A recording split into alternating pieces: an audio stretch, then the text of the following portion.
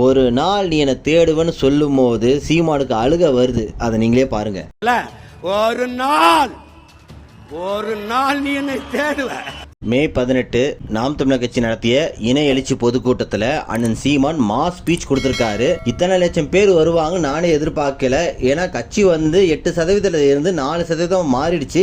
ஆனா கிட்டத்தட்ட 2 லட்சம் பேருக்கு மேல வந்திருக்காங்க. இத்தனை லட்சம் பேர் வந்திருக்காங்கன்னு அனைத்து கட்சியுமே வாயை புழக்கிறாங்க. சிஎம் விஜய் அவர்களை தான் சீமான் அவர்கள் நேரடியா கேள்வி கேட்டிருக்காரு. 10 லட்சம் கோடி கடன் இருக்கு, அது கூட தெரியாம தான் நீங்க இலவசத்தை அறிவிச்சீங்களா?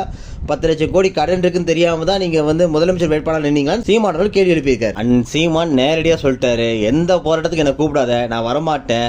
தமிழ்நாட்டில் எந்த ஒரு நாசகார திட்டம் வந்தாலும் அண்ணன் சீமான் கிட்ட போய் மனு நீட்டுவீங்க, அவர்கிட்ட போயிட்டு சொல்லுவீங்க போராட்டத்துக்கு வாங்க, ஒரு பெரிய பிரச்சனையா இருக்கு, நாசகார திட்டம்லாம் வைக்கிறாங்க, பரந்தூர் விமான நிலையம், அப்படி பலதரப்பட்ட நாசகார திட்டத்துக்குலாம் அண்ணன் சீமான் போராட்டம் பண்ணியிருக்காங்க.